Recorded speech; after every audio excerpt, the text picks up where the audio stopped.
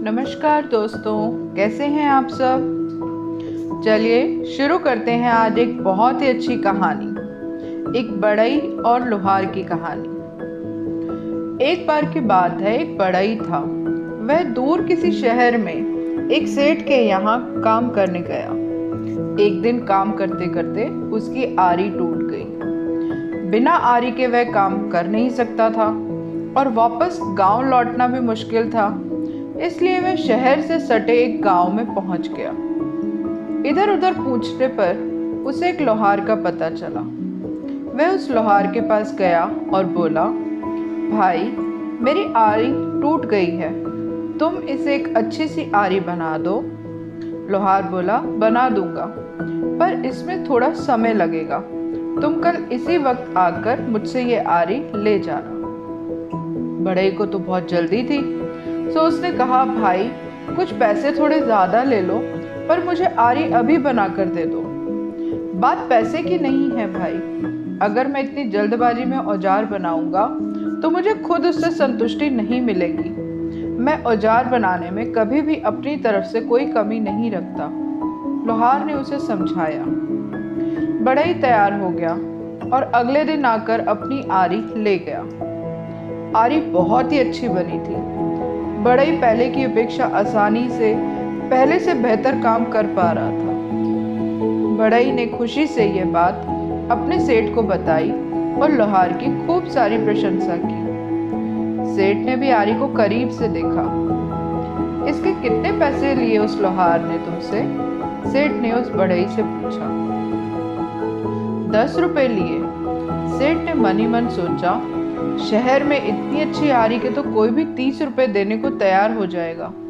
क्यों ना उस लोहार से ऐसी दर्जनों आरियां बनवाकर शहर में बेचा जाए। अगले दिन सेठ लोहार के पास पहुंचा और बोला, मैं तुमसे ढेर सारी आरियां बनवाऊंगा और हर आरी के 10 रुपए दूंगा, लेकिन मेरी एक शर्त है। आज के बाद तुम सिर्फ मेरे लिए काम करोगे, किसी और को आरी बनाकर नहीं बेचोगे। मैं आपकी शर्त नहीं मान सकता, लोहार बोला। सेठ ने सोचा लोहार को अधिक पैसे चाहिए होंगे, तो वह बोला, ठीक है, मैं तुम्हें हर आरी के 15 रुपए दे दूंगा, दूर करो। लोहार ने कहा, नहीं, मैं अभी भी आपकी शर्त नहीं मान सकता। मैं अपनी मेहनत का मूल्य खुद निर्धारित करूंगा। मैं आपके लिए काम नहीं कर सकता। मैं इस दाम से संतुष्ट हूँ, इससे ज्यादा दाम मुझे नहीं चाहिए। व्यापारी को आश्चर्य हुआ। वो बोले, बड़े अजीब आदमी हो, भला कोई आती हुई लक्ष्मी को कैसे मना कर सकता है? तो लोहार ने कहा, आप मुझसे आरी लेंगे, फिर उसे दुगने दामों में आप गरीब खरीदारों को बेच देंगे, लेकिन मैं किसी गरीब के शोषण का माध्यम नहीं बन सकता। अगर मैं लालच करूंगा तो उसका भुगतान कई लोगों को करना पड़ेगा, इसलिए आपका यह प्रस्ताव मैं स्वीकार नहीं कर सकता। सेठ को समझ आ गया कि एक सच्चे और ईमानदार व्यक्ति को दुनिया में कोई भी दौलत नहीं खरीद सकती। वह अपने सिद्धांतों पर अडिग रहता है। अपने हित से ऊपर उठकर और लोगों के बारे में सोचना एक महान गुण है। लोहार चाहता तो आसानी से अच्छे पैसे कमा सकता था, पर वह जानता था कि उसका जरा सा लालच बहुत से जरूरतमंद लोगों के लिए नुकसानदायक साबित होगा, और वह सेठ के लालच में नहीं पड़ा। दोस्तों, अगर ध्यान से देखा जाए तो लोहार की तरह ही हम में से अधिकतर लोग जानते हैं, सेल्फिशनेस की वजह से बाकी लोगों को नुकसान होता है, पर यह जानते हुए भी हम अपने फायदे के लिए काम करते हैं।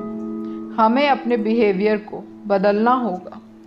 बाकी लोग क्या करते हैं इसकी परवाह किए बगैर हमें खुद ये फैसला करना होगा कि हम अपने फायदे के लिए कोई ऐसा काम ना करें जिससे औरों को तकलीफ हो। दोस्तों, अगर मेरी ये कहानी अच्छी लगी हो तो प्लीज़ इसे लाइक करिए, शेयर करिए और सब्सक्राइब करिए। Thank you.